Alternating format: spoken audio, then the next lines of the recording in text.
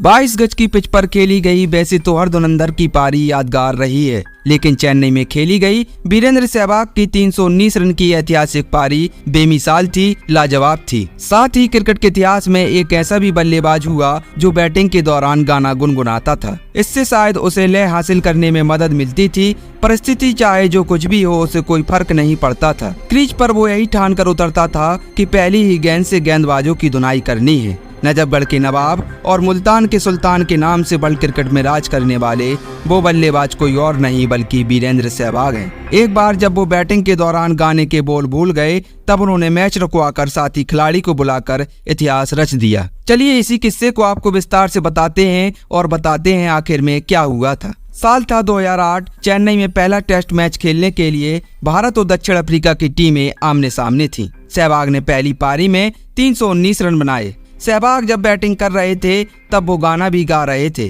कुछ देर बाद वो गाने के बोल भूल गए। इसके बाद उन्होंने 12वें खिलाड़ी की मदद ली और उनसे गाना पूछा। एक अवार्ड समारोह में वीरेंद्र सहवाग ने चेन्नई टेस्ट के उस वाक्य को साझा किया था।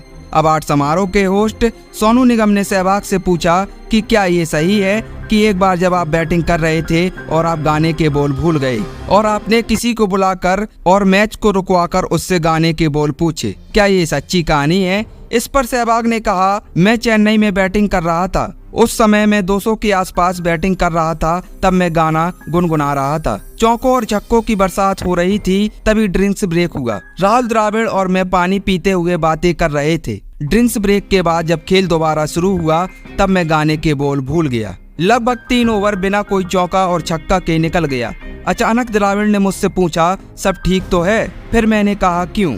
तब द्रविड़ ने कहा कि अभी तक कोई बाउंड्री नहीं आई। अब उन्हें कौन बताता कि मैं गाने के बोल भूल चुका हूँ और मुझे बैटिंग करने में बिल्कुल भी मजा नहीं आ रहा है। फिर मैंने 12वें खिलाड़ी को बुलाकर कहा कि मेरे आईपॉड में जाकर वो बी-रूप 2 प्लेलिस्ट खोले। उसके अंदर जो 6ठे नंबर पर गाना है उसके बोल मुझे आकर बताएं। इसके बाद सहवाग ने बताया कि वो उस समय किशोर कुमार का गाना चला जाता हूँ गुनगुना रहे थे। इस टेस्ट मैच में साउथ अफ्रीका की ओर से हाशिम अमला ने 159 रन की पारी खेली थी, जबकि भारत की ओर से राहुल द्रविड़ ने शतकीय पारी खेली थी। हालांकि सहवाग की 319 रन की पारी के बावजूद भी ये टेस्ट मैच ड्रॉ रहा। इस पारी में वीरू ने अपनी ट्रिपल सेंचुरी पूरी करने में 42 चौके और 5 छक्के जड़े थे। आप सोच सकते हैं कि वो प्लेयर कितना बड़ा होगा जो एक ही पारी में 42 चौके जड़ देता है। ये सिर्फ एक वाक्य है। वीरेंद्र सहवाग को अगर गाने के सही बोल उनको गुनगुनाने को मिल जाते थे तो फिर चाहे गेंदबाज जो भी हो, उसका एक ही अंजाम होता था